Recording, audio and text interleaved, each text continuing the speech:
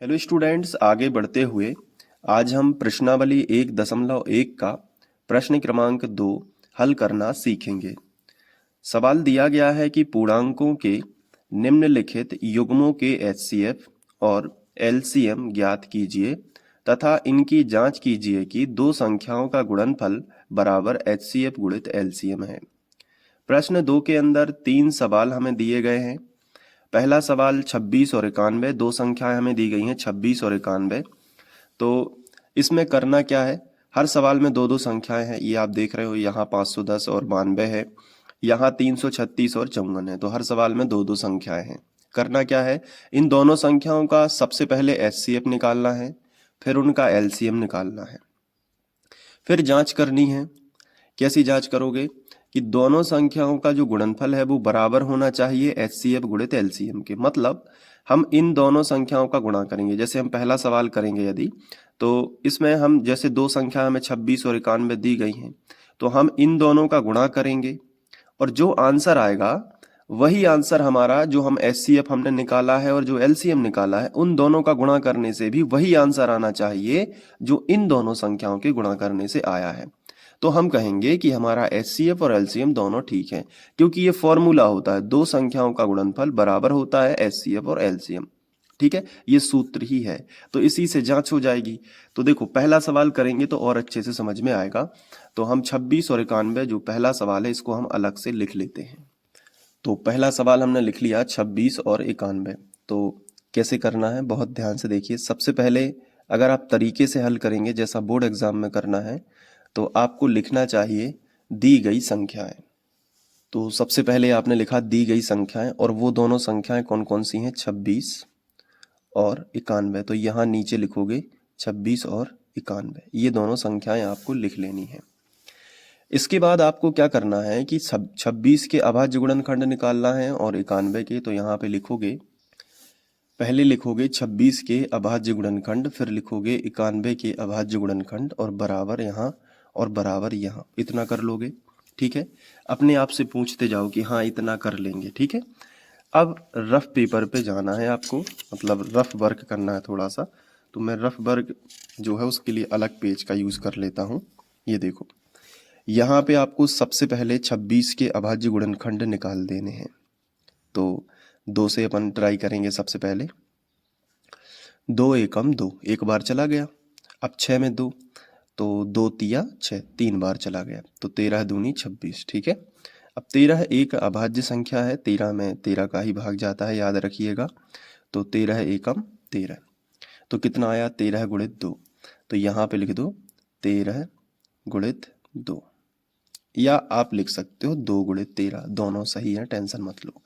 इसके बाद अब हम निकालेंगे 91 की अभाज्य गुणनखंड।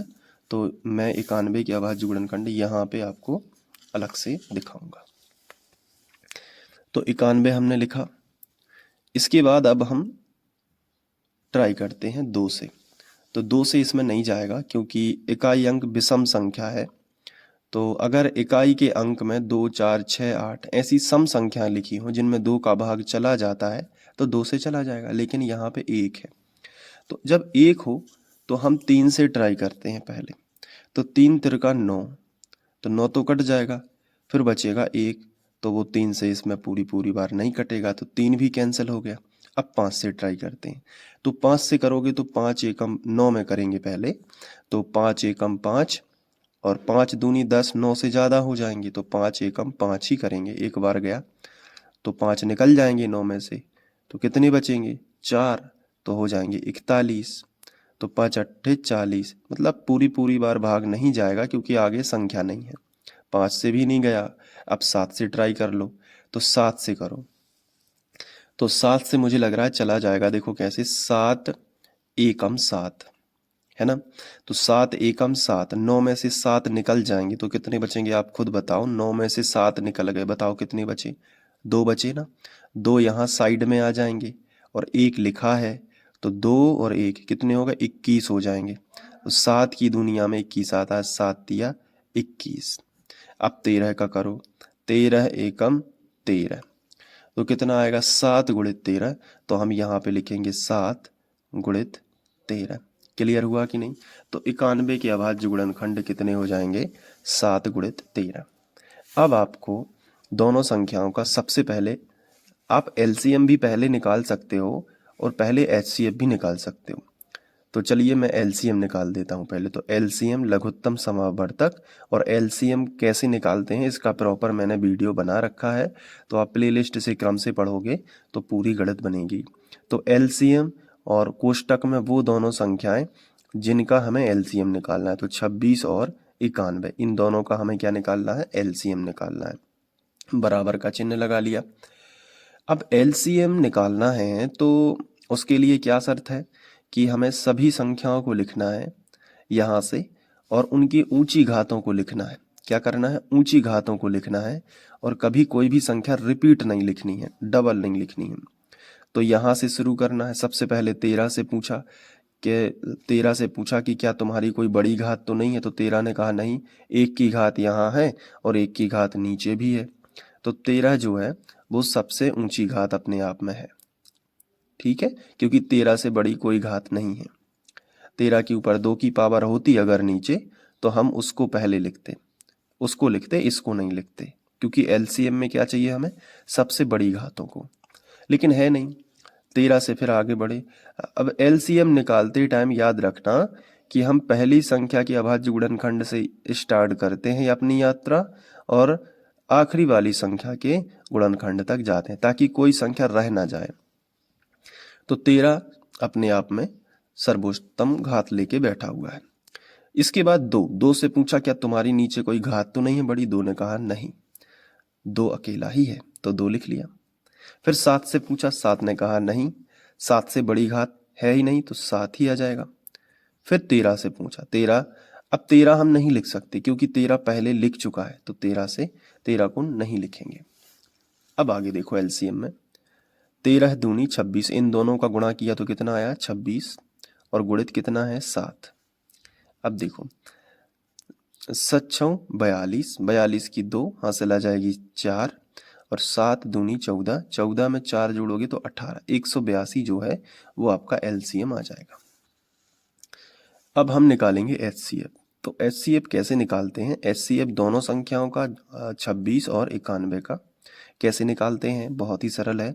एचसीएफ कहता है कि दोनों के जो अभाज्य गुणनखंड हैं 26 के और 91 के, उन दोनों में देखो ऐसी कौन सी संख्या है जो उभयनिष्ठ है, यानी जो दोनों में उपस्थित है। तो देखो 13 ऊपर भी है और संख्या 13 नीचे भी है, तो 13 दोनों में है। घातें नहीं देखना, केवल संख्या देखो, तो 13 दोनों में है। अब जो भी संख्या है उसकी सबसे छोटी घात लिखनी है, तो 13 तो अब 13 की सबसे छोटी घात के रूप में ही है, 13 के ऊपर 2 की पावर तो है नहीं, तो 13 की सबसे छोटी घात 13 के ऊपर 1 की घात ही है। तो उभयनिष्ठ संख्या की सबसे छोटी घात एचसीएफ कहलाती है, तो ये हो गया 13। तो हमें एलसीएम मिल गया और एचसीएफ मिल गया।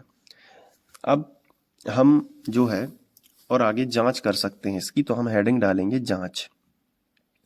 आपको इसी तरीके से हेडिंग डालनी है जांच। अब इसके बाद क्या करना है? जांच में आपको वही सूत्र लगाना है। वो सूत्र है कि दोनों संख्याओं का गुणनफल बराबर एलसीएम गुणित एचसीएफ। दोनों संख्याएं कौन कौन सी हैं? 26 और 91। तो यहाँ पे 26 और यहाँ पे 91, और दोनों का क्या करना है? गुणनफल, तो बीच में गुणा का चिन्ह बराबर।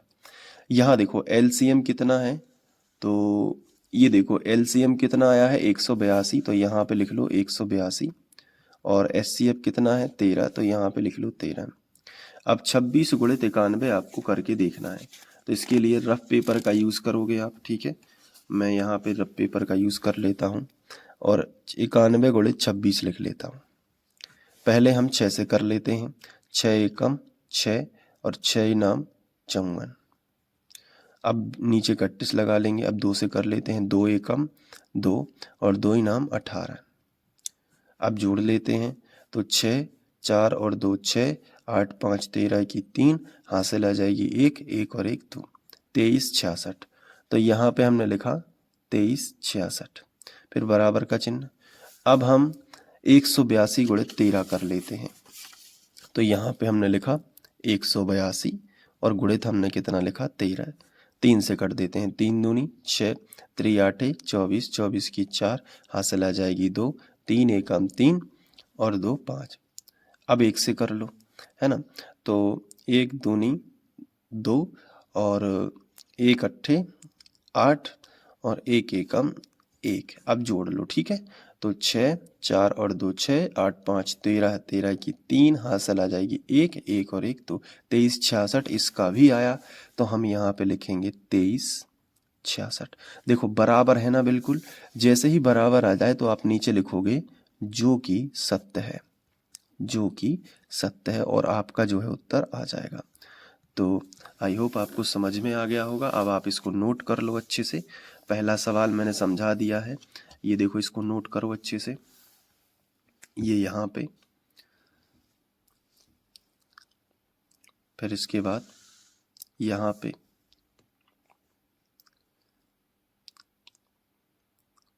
फिर इसके बाद यहाँ पे। अब जो इसके बाद मैंने आपको बताया, जो दूसरा सवाल है वो करके देखना है।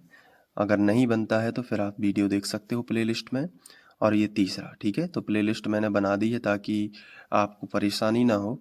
तो पूरी गणित जो है उसी प्लेलिस्ट में रहेगी, चैप्टर बाय चैप्टर।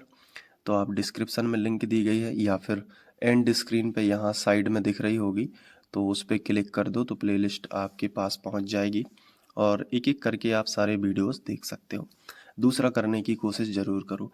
मैं दूसरा सवाल अब नेक्स्ट वीडियो लेक्चर में करूँगा। Thank you.